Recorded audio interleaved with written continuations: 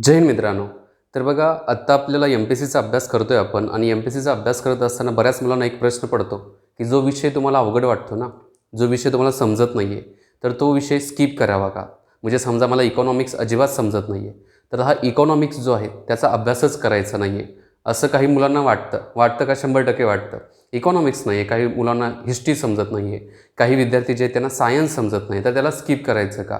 असा एक प्रश्न पडलेला असतो. त्या प्रश्नाचं मी उत्तर देतो आहे की अजिबात स्किप करायचं नाही. का करायचं नाही आहे माहिती आहे?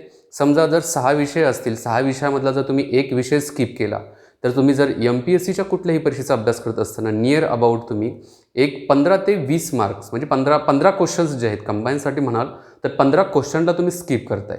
आणि एकदम 15 क्वेश्चनला दुर्लक्ष करणे किंवा 15 क्वेश्चन अजिबात सोडवायचं नाही आहे, अशा मेंटॅलिटीनं जाणं पेपरच्या हॉलमध्ये किंवा पेपर सोडवायला प्रयत्न करणं हे थोडं चुकीचं असू शकतं. त्यामुळे काय करायचं, प्रत्येक विषयाला न्याय देत जायचा आहे. जरी तुम्हाला कुठला विषय समजत नसेल, अवघड वाटत असेल, तरी समजून घ्या. कारण या क्षेत्रामध्ये आपल्याला जे समजत नाही आहे ते समजून घ्यायचं असतं आणि जे समजलेलं असतं ना त्याला चांगल्या प्रकारे फिनिश करून त्याच्यावरती येणारे प्रश्न सोडवायचे असतात. त्यामुळे आपलं काय काम असणार आहे, तर आपलं काम आहे की एक पण विषय स्किप करायचा नाही आहे. काही स्टुडंटना असं वाटतं की करंट अफेअर्स स्किप करावं. करंट अफेअरला पण स्किप करू शकत नाही आहे, कारण करंट अफेअरला धरूनच प्रश्न येतात. त्यामुळे हा स्किप करणे जो मुद्दा आहे, स्किप इन द सेन्स की त्या विषयाचा अभ्यास अजिबात करायचा नाही, तर असा प्रकार काय करा तर टाळा. अभ्यास करत असताना सर्व विषयांना समान न्याय द्या.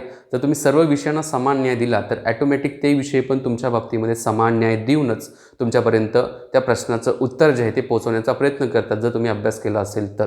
त्यामुळे अजिबात कुठला विषय स्किप करायचा विचार करू नका, ठीक आहे. आणि जे समजत नसेल ना, तर ते समजत नसेल ते समजून घेण्याचा प्रयत्न करा. यूट्यूब आहे, गुगल आहे, एवढं मोठं प्लॅटफॉर्म आपल्यासमोर पडलेलं आहे.